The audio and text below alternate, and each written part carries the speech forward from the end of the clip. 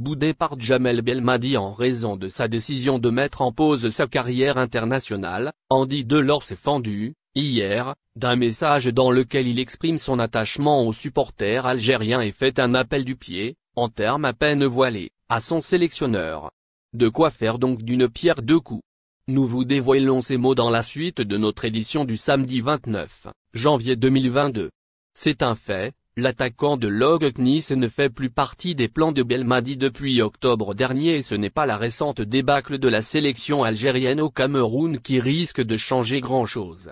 En témoignent les déclarations formellement tenues par le driver national sur la radio RMC. Toutefois, Andy Delors a les faveurs des supporters algériens. Ils sont en effet nombreux à plaider pour son retour chez les Fennecs.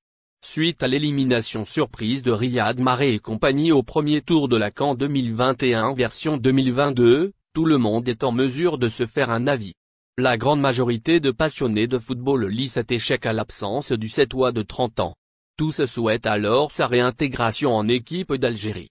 Les nombreux messages sur les réseaux sociaux confirment cette tendance. Si Andy Delors a le soutien des fans inconditionnels d'El Khadra, il n'est cependant toujours pas en odeur de sainteté du côté de Djamel Belmadi. Le premier responsable de la barre technique algérienne reste très hostile à son retour. Le souhait de l'ancien Montpelliérain de faire une pause avec l'EN lui reste encore en travers de la gorge. Il l'avait, faut-il le rappeler, qualifié de grosse blague de l'année et de grosse stupidité. Équipe d'Algérie de football, les mots forts d'Andy Delors à l'attention des supporters algériens, mais pas que. S'il semble vouloir être à nouveau appelé par Djamel Belmadi, le natif de cette fait en tout cas tout ce qu'il faut pour cela dans son nouveau club de l'OGC Nice, qui s'en délecte. À 30 ans, Andy Delors enchaîne les performances stratosphériques. Étincelant avec les Aiglons avec qui il a inscrit 8 buts depuis son arrivée l'été dernier, il impressionne et fait l'unanimité en Ligue 1. Sportivement, il est donc évident qu'il serait un atout pour l'équipe d'Algérie, qui peine, actuellement, à se montrer convaincante. D'ailleurs, l'ancien sociétaire du Montpellier AHSC en a pleinement conscience. Il a décidé de mettre à profit la situation et de croire en sa bonne étoile en sélection. Merci pour tous vos messages. Il s'agit là de ce qu'a rédigé Andy Delors sur une story Instagram, avec une ribambelle d'émojis du drapeau algérien. Mais est-ce suffisant pour convaincre Djamel Belmadi de le rappeler pour le prochain rassemblement? Pas si sûr. Il n'est plus sélectionnable, peut-être dans un an, peut-être avec quelqu'un d'autre, je n'en sais rien.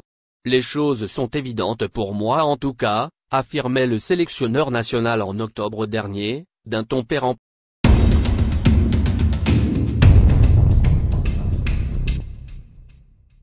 L'international algérien Saïd Benrahma est revenu sur ses premiers débuts dans le monde du football, dans des déclarations au site officiel du West Ham. Dans une vidéo accompagnée par un article intitulé Backstory publié par le site officiel du club anglais West Ham, l'international algérien Saïd Benrahma a raconté son enfance et sa séparation avec son père qui aura été douloureuse pour lui, lorsqu'il devait quitter l'Algérie pour se rendre en France à l'âge de 12 ans. Le natif d'Ain Temouche s'est souvenu de ces jours où il jouait au football pieds nus en Algérie à l'âge de 6 ans. J'habitais près d'Oran et d'Arzé, dans le quartier Camp 5 de Bétiwa. J'ai grandi là-bas, et c'est là que j'ai commencé à jouer au football. L'ex-joueur d'OGC Nice s'envolera quelques années pour la France où il jouera dans un club de la banlieue de Toulouse. Après ça, j'ai déménagé en France quand j'avais presque 12 ans, et j'ai fait mes études secondaires et collégiales à Toulouse. Alors, j'ai commencé à jouer pour Balma SC pendant 3 saisons avant d'aller à l'US Colomiers. Quant au public algérien, Benrahma n'a pas manqué l'occasion de faire l'éloge des Algériens, car selon l'ancien joueur de Brighton-Ford, peu de pays dans le monde sont aussi fiers de leurs joueurs comme les supporters des Verts. Je ne peux que souhaiter que tu sois algérien pour que tu saches ce que ça fait parce que, vraiment, ce n'est pas la même chose qu'avec d'autres équipes nationales.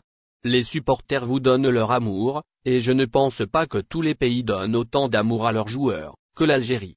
Je ne pense pas qu'il y ait beaucoup de pays qui soient aussi fiers de leurs joueurs.